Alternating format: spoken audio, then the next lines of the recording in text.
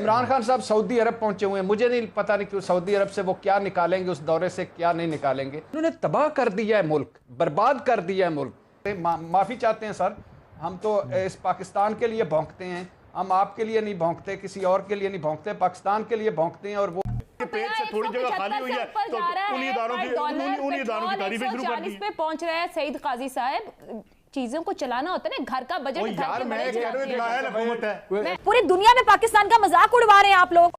ये धोखा दे रहे हैं हमको, बिल्कुल खुला धोखा दे रहे हैं अमेरिकन भी और हमारे अपने भी। हमारा डिलेमा ये है कि हमें हमेशा देर के बाद पता चलता है कि हमने कैसे अपने हाथ और पैर कटवाए हैं। जी उसका तजर्बा है, मुझे पूरा यकीन है जब ये पैदा हुआ था इसने डॉक्टर से भीख मांगी होगी, मुझे पूरा यकीन है, क्योंकि इसने अवाम को भी इसी काम पे लगा दिया है। कोई भी काम करना पर भीख मांगना शुरू हो जाओ। आप लोगों ने घबराना बिल्कुल नहीं है।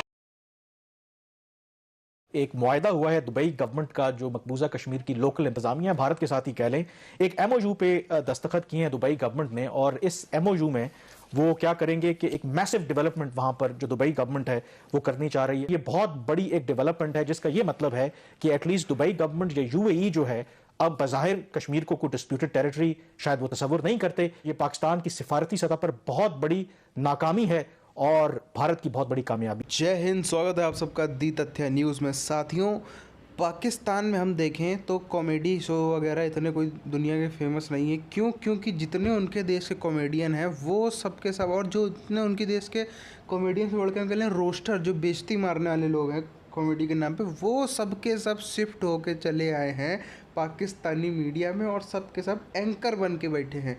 और मुद्दा सबके पास एक ही होता है, एक ही सबको बकरा मिलता है, इमरान खान। और हर बार वही पकड़ के जो है वो उसकी बेइज्जती मार दी जाती है। पब्लिक को भी मज़ा आता है, पब्लिक भी सुनती है, इंजॉय करती है।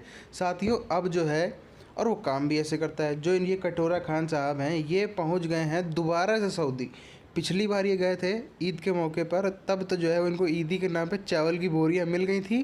गए थे पैसा मांगने, लेकिन चावल की बोरियां देकर टरका दिया था। लेकिन ये ऐसा बिरादरी है ये पाकिस्तान कि उसने कहा था लो अभी ये ले जाओ, यही कहा होगा सऊदी वालों ने कि चलो अभी ये ले जाओ, बाद में देखते हैं।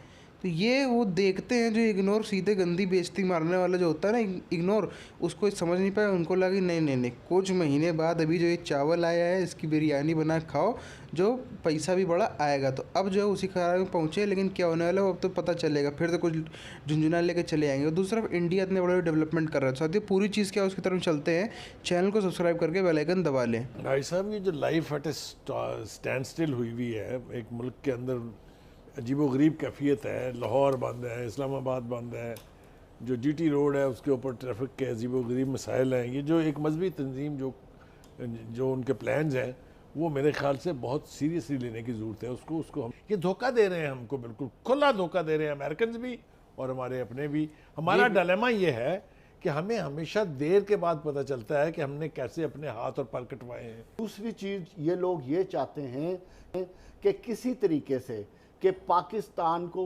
FATF, वर्ल्ड बैंक, IMF के ज़रिए प्रेशराइज करके मिनिमम कुछ ना कुछ हासिल किया जाए।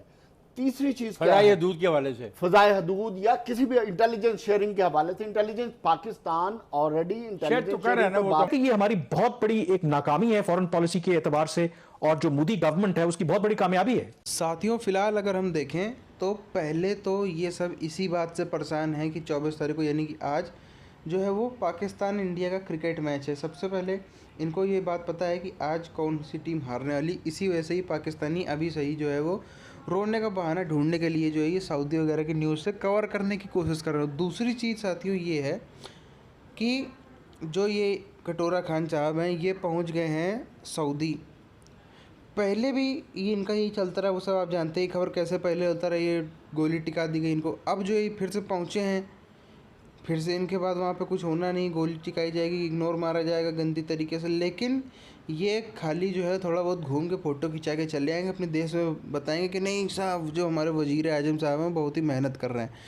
अगर हम देखें साथियों, जो जितना भी अरब वर्ल्ड है, जितने भी अरब के देश हैं, सबसे ज़्यादा कोई देश जो प्रोग्रेस किया, सबसे ज़्यादा कोई देश डेवलपमेंट में यकीन रखता है तो वो है यूएई का आप देखें तो खासा इतिहास कोई ऐसा जंग का रहा भी नहीं कभी भी। मतलब जो टेररिज्म में यूएई का नाम नहीं है टेररिज्म को बढ़ावा देने में, टेररिस्ट को किसी भी तरीके से सपोर्ट करने में। यूएई का आपको नाम कहीं भी नहीं मिलेगा।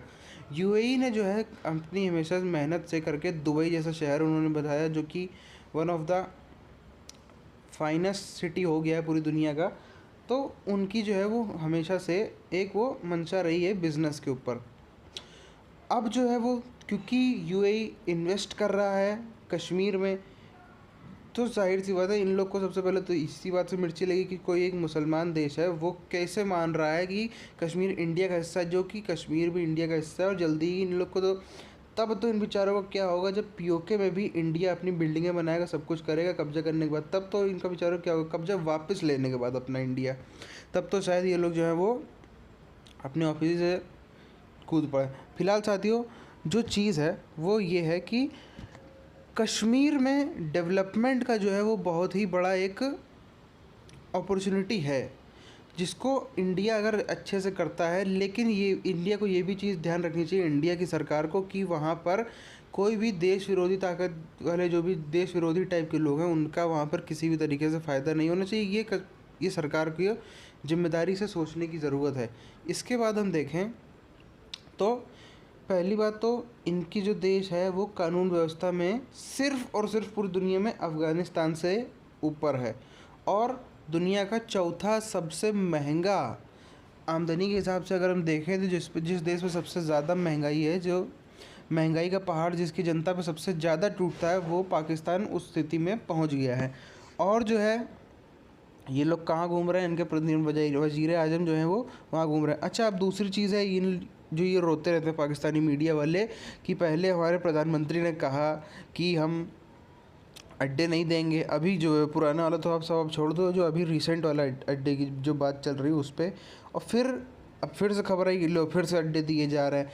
तो बेचारा वो करे क्या, वो तो उसको तो जो अपनी समझ के हिसाब से लगता है, जो उसने पुराने और मोदी जी के वो भाषण सुनता ही रहता है, तो उसको पता है कि कैसे मोदी जी चाइना वाइना को बोलते रहते हैं, वैसे ही एक आध ये भी भाषण देने की सोचता है। लेकिन जब पीछे से फटकार पड़ती है बाजुआ की, जब पीछे से जूता पड़ता है आके पाकिस्तानी आर्मी का, क्या बोल दिया हमारी इनकम का सोर्स डूबा जा रहा है, तब फिर जो है वो घिनौनी बेइज्जती करवाने के बाद फिर से जो है अपना वो आखिरकार अड्डे भी चले जाते हैं, सब कुछ चला जाता है और बेइज्जती भी हो जाती है। और इनको जो है वो ये बंदा इसीलिए बोलता है आपको घबराना नहीं, क्योंकि ये खुद बंदा इतना ऐसी बेइज्जती वाले खुद कांड करता रहता है, खुद अपनी ज़िंदगी में खुद से भी ये घबराना इसने छोड़ दिया, घबराना और शर्म करना भी छोड़ दिया। इस वजह से इस बंदे की जो है वो ज़िंदगी ऐसी चल रही, इसीलिए वो जनता को भी ये सिखाता है कि आपने घबराना नहीं, सबसे पहले घबराना नहीं, गलती से भी घबराना नहीं है।